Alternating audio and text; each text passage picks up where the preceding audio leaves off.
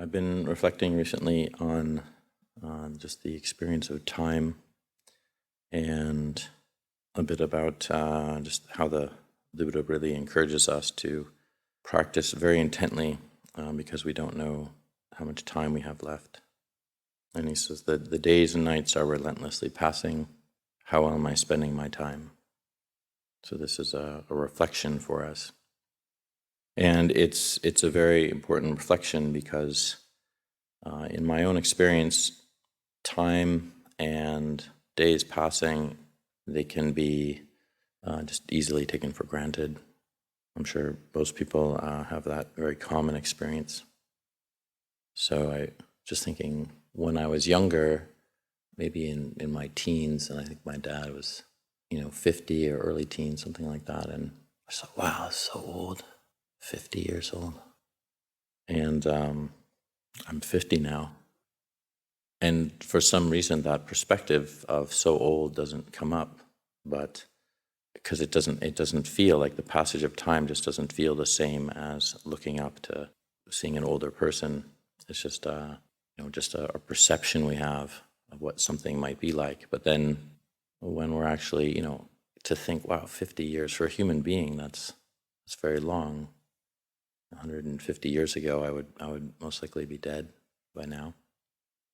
And I would say, interestingly enough, even with being a monk, Buddhist monk, and having these encouragements to practice very diligently and knowing that there's so little time left and could go at any moment. And we're encouraged to bring that perception in, to think that, as the Buddha said, he was asking a group of monks, how often is it good to keep up the perception of death, or the perception of like how much time you might have left to practice the Dhamma? And the monks start saying various things, like, oh, I should bring that perception up once a day or a couple times a day. And he said, no, it's not enough. And the monks keep answering, and obviously moving down in terms of how often. And the final answer, as I remember, I haven't read this sutta in a while, is I think it's two monks reply. One is saying the amount of time that it takes to swallow a morsel of food, or to chew and swallow a morsel of food, depending on how fast you chew. But it might just be the swallowing. And then the other one is breathing, just how long it takes for an out-breath to occur, an in-breath to occur, which is not a lot of time. You should reflect, I have this much time left to practice the Dhamma. And so that's the appropriate time. And sometimes when I think of these things, this is such a failure.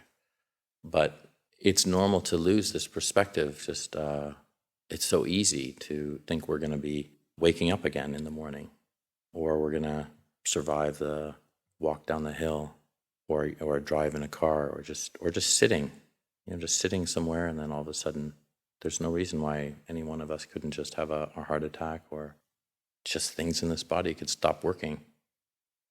One of the things we were talking about last night at tea time was just Subha contemplation, and really kind of taking the body apart, thinking about the parts of the body. And it is an incredible miracle that it all works. The perception I have of myself as I'm walking around or thinking about this body is just the outward sense of it. It's not like all the, what is it, like 85% water or something like that? All of the blood moving around, the cells, the things that I don't even think of as me. All of these things that just aren't part of our perception. And just amazing that it keeps working. There's not some sort of malfunction. I know there's a man who he went to Tisarana Monastery often, and I knew him when I went there, and then later, I think it was his wife actually who contacted me first, said, he was in a motorcycle accident, and he became completely paralyzed. He could just move from the neck up. He had a little bit of movement, but not much. And it's taking that in and seeing him living now as he is, and it's not something that is part of my reality. I think about it every now and again. Well, me too. This could happen to myself at any moment. But I just think that it's very hard to because we get this input every day and most of our moments, that things are kind of moving forward. We're kind of still getting up, we're kind of still moving around, we're kind of still eating and digesting in an okay way, and sometimes things are thrown off a bit. But without an incredible life change like that, we don't necessarily get that perspective of time changing. So all of a sudden it's like, wow, 50 years have gone by. That's a lot of time. And so it's really in our best interest to take this very seriously with the Buddha's teaching on this, and to really try to think about our lives and remind ourselves over and over again. We just don't know. We're not sure about what kind of time we have left. So we had the Anapanasati day around aging and sickness, and I think that it's one of the reasons those subjects were chosen is because it's the way that we relate to them is often like a fight or flight, thinking like it's not really, this isn't the norm for me to notice aging, or especially sickness. I don't think of myself as maybe a sick person. And so when it comes up, we think, oh, this isn't right, and when I get better, then. And so we're often just avoiding these pointers that keep reminding us about how precious it is to take care of our bodies and to look after our practice, and to really be very cognizant of the fact that we just don't know, and we can, as I mentioned in the last talk I gave, we can become so easily complacent. And I just reflect around that in the monastery. The time, it can be a helpful motivation for one to think, oh, there's been a lot of time wasted. I really want to motivate myself to take this very seriously, this life very seriously. Ajahn Cunda just gave a talk. I think it was, time passes. What was it, like a week ago or 2 weeks ago? And I think it was 2 weeks ago. There was just around all the different realms that we could end up in after we die. And even if one doesn't believe in those realms, just knowing, we have no idea what's going to happen after death, unless we've had a special insight around that, or some special knowledge. It's something that we aren't sure about. And so the Buddha actually encourages us to take that perception on, even if we don't believe it, because he says it's beneficial for us. It can be beneficial. And thinking about those who really have grown up with that perception of these realms, hell realms, ghost realms, these places that there are potentials for us to be born into, it can be a helpful reminder, like, oh, this is it. I really am born into a life where I can practice. There is an ability to look at suffering, to look at the cause of suffering, and to see how that cause can be eliminated.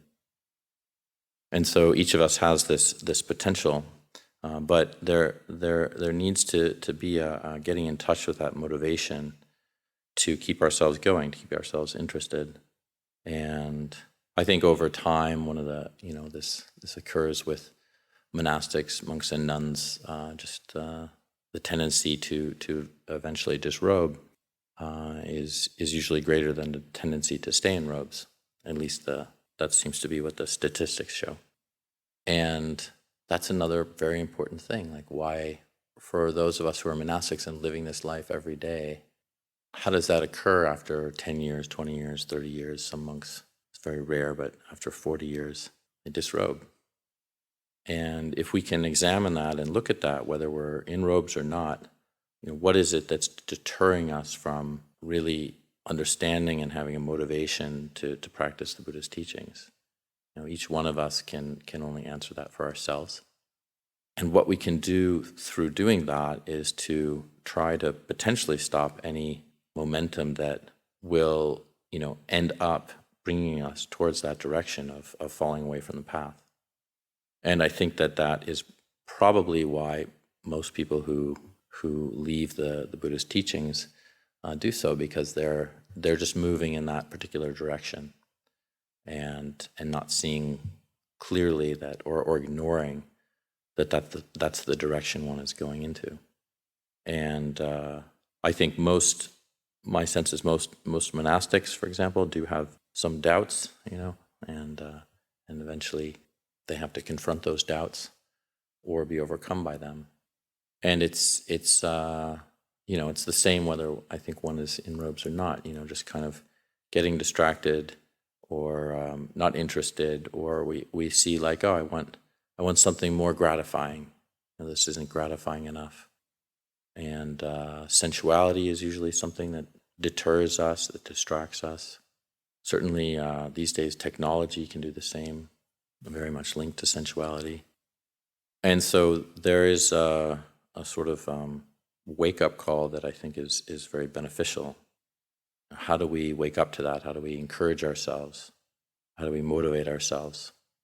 And the one of the difficulties of why, of what comes around, why this happens, I think, is just the sense of the results of our practice are very, they can take a very long time. It can take a very long time to develop the wholesomeness and the goodness that we're aiming towards. It can take a very long time to gain insight. Sometimes there can be very inspirational times in our practice where we are understanding the Four Noble Truths, we're understanding the Buddha's teachings to us, we're understanding our own minds, how to manage hindrances, how to calm ourselves, how to see more clearly, how to use our minds, how to make our minds more wieldy, strong. And those are very pleasant. Those are very nice experiences to have when we have insights or when we feel very much sort of like empowered by our own practice. But from my own experience, that happens, and sometimes it doesn't happen, and there can be long droughts, and there can be some peaks, but it's not usually just a purely linear upwards trend. And so during those times when it's not, and there can be plateaus, or even we can find that our moods or things can come up in our lives that are quite distracting or difficult for us, and we might want to give up, then really we talk about patient endurance, and that's quite important, just kind of getting through those periods. And it's not always beautiful, it can just sometimes take a lot of grit and determination and pain, there can be a lot of pain in that. So it's it's something like Moy has been biking from Alaska to here, and I'm sure people are like, oh, it must have been so amazing and great. And probably, I think you said actually, not really, very painful and difficult, and probably a lot of the time like that.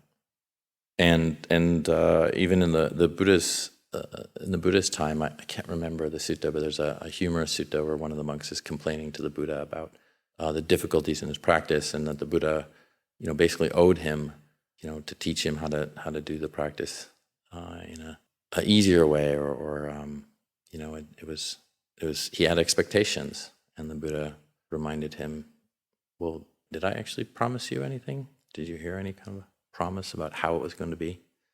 And the monk had to admit that no, there wasn't anything. So we have to be, careful around what we're expecting of ourselves and how much we're expecting from our own practice, that it's going to be like this or like that. I'm going to have these insights, this clarity, or that it's going to last. That's one of the things, is that people can become very inspired about practice.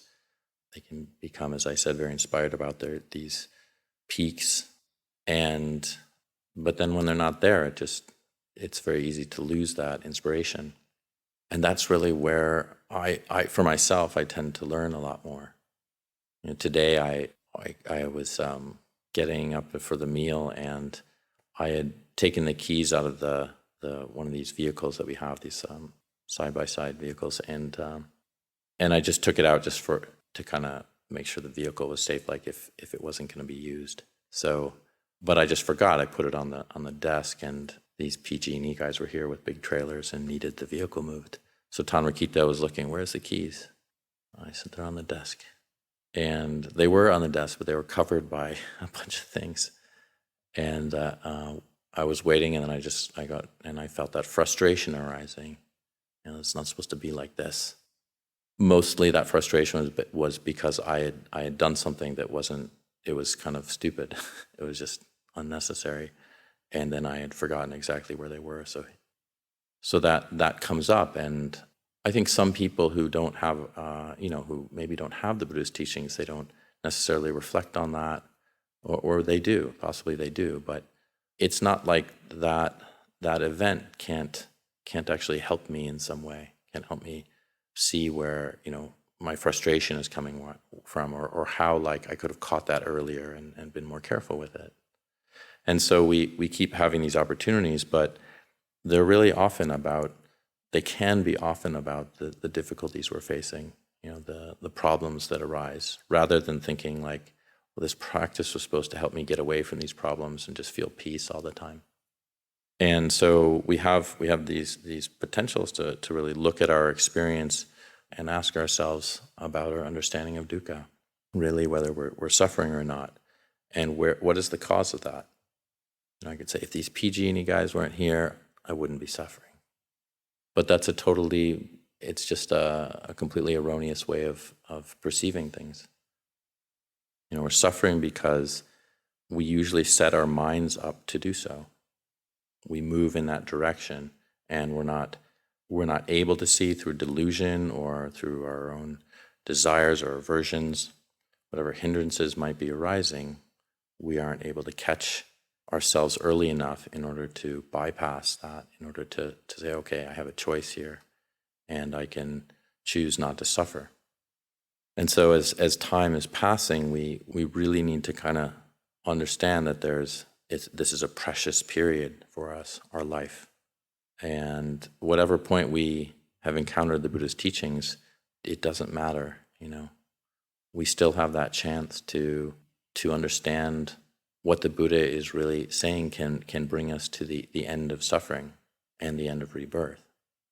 But the imperative for us is to learn how to motivate ourselves, how we bring ourselves to that interest and that continual push towards being motivated, even when things are not necessarily going the way we want them to go. And so being aware of that tendency to just take it for granted, take this day for granted, the fact that tomorrow's the day after Wampra, there's, other than the meal, there's breakfast, there's not much of a schedule, it's going to go like this, my day's going to go like that. It's really, we can kind of move ourselves in a particular direction if we're not necessarily putting our minds to, okay, well, what am I going to do to really take care of this chance that I have, to really motivate myself? And it's an incredibly powerful thing when we choose that over just letting things go, just kind of in terms of just letting it happen, letting my distractions happen, letting the day happen, letting whatever is going to happen without much intention. And of course, it's easier to just kind of be lazy in a way, or to not really put a lot of effort in, or to just let our days go by. So this is just an encouragement to really try to look at that potential that you have to take charge of your spiritual life and to motivate yourself, to put in those practices that are going to help you, and to, also find ways that are uplifting, things that you can lift your mind out of the muck if there's some difficulty or negativity, and just do it. If there's anything I've offered that's been useful to you, please reflect on it, take it with you, and anything else that hasn't been useful, just feel free to leave it behind. Anyone?